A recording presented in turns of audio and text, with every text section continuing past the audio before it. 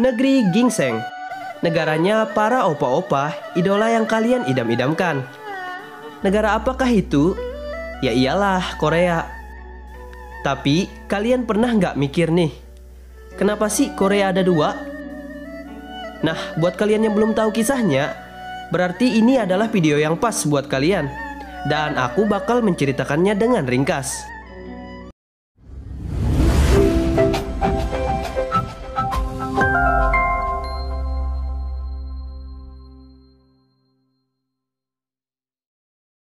Sebenarnya dulu Korea adalah sebuah negara politik tunggal selama berabad-abad lamanya yang menguasai wilayah semenanjung Korea dan sekitarnya. Tapi, kenapa sekarang Korea terbagi jadi dua? Dahulu Jepang pernah mengalahkan Rusia pada 1905 dan pada saat itu dia menyadari bahwa kekuatannya sudah mampu menandingi kekuatan militer negara lainnya. Jepang pun mengikuti langkah-langkah negara barat yang melakukan imperialisme kepada negara lain demi memenuhi kebutuhan negaranya. Hal ini menjadikan Cina sebagai negara yang kaya akan sumber daya menjadi sasaran empuk bagi Jepang. Namun, sebelum sampai ke Cina, Jepang harus melewati daratan Korea terlebih dahulu, guys.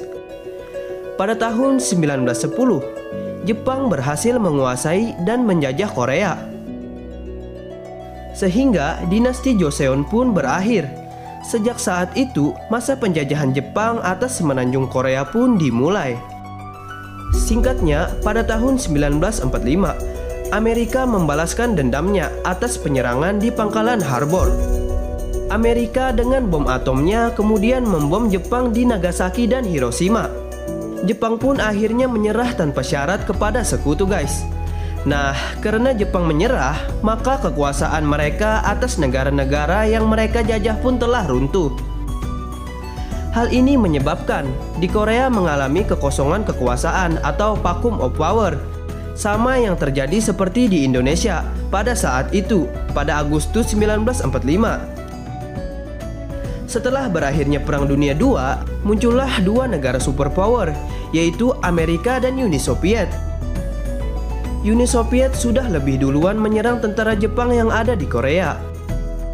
12 Agustus 1945, tentara Uni Soviet menyerbu Korea dari utara dan memusnahkan sisa-sisa kekuatan tentara Jepang.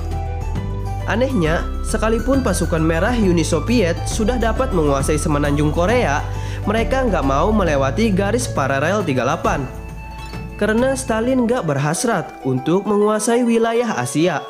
Baginya Eropa Timur lah yang lebih penting. Amerika yang mempunyai perbedaan ideologi melihat ini adalah sebuah ancaman karena dia nggak mau kalau Korea akan sama seperti Cina yang sudah berideologi komunis. Hal ini menjadikan Amerika Serikat mendaratkan pasukannya di Korea bagian selatan. Amerika secara sepihak membagi semenanjung Korea menjadi dua bagian berdasarkan garis paralel 38. Nah, kalahnya Jepang menjadi tanda berakhirnya Perang Dunia II. Namun, kini Korea terdapat dua daerah kependudukan, yaitu Korea Utara oleh Uni Soviet dan Korea Selatan berada di bawah pengaruh Amerika Serikat, dengan garis lintang 38 derajat sebagai garis pemisahnya. Pembagian wilayah antara Korea Selatan dan Korea Utara ini padahal hanya bersifat sementara, guys, dan akan disatukan di bawah satu pemerintahan yang baru. Namun, dikarenakan adanya perbedaan ideologi yang sudah tertanam di pikirannya masing-masing, Korea Utara menganut komunis Uni Soviet dan Korea Selatan menganut kapitalis Amerika Serikat. Negara ini pun gak pernah bersatu. Korea Selatan dipimpin oleh Syngman-rhee yang pro kepada Amerika, dan Korea Utara dipimpin oleh Kim Il-sung yang pro kepada Uni Soviet. Singkatnya, Amerika dan Uni Soviet menarik pasukannya di semenanjung Korea. Namun setelah ditinggalkan dua negara superpower ini, di Korea pun malah terjadi perang, guys. Pada 25 Juni 1950, Korea Utara menyerang Korea Selatan. Korea Utara dengan bantuan tank dan pesawat tempur dari Uni Soviet berhasil merangsak masuk dengan mudahnya ke wilayah Korea Selatan. Hingga Seoul pun jatuh di tangan Korea Utara. Nasib Korea Selatan sudah di ujung tanduk dan hanya menyisakan Busan. Amerika pun gak tinggal diam. Mereka pun mengirimkan bantuannya untuk Korea Selatan.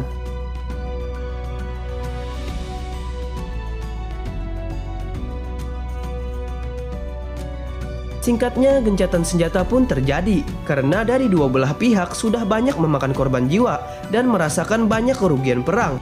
Dan perang pun berakhir pada tahun 1953. Namun, tidak adanya perjanjian perdamaian yang resmi ditandatangani. Hingga kini, dua negara ini masih diambang kecemasan dan masih memiliki ideologi yang berbeda. Nah, jika kalian sudah mendapatkan hal yang baru dari video ini, aku akan berterima kasih banget kalau kalian mau menyebarkan video ini ke bestie-bestie kalian yang lain. Aku Mahdi, sampai jumpa di next video.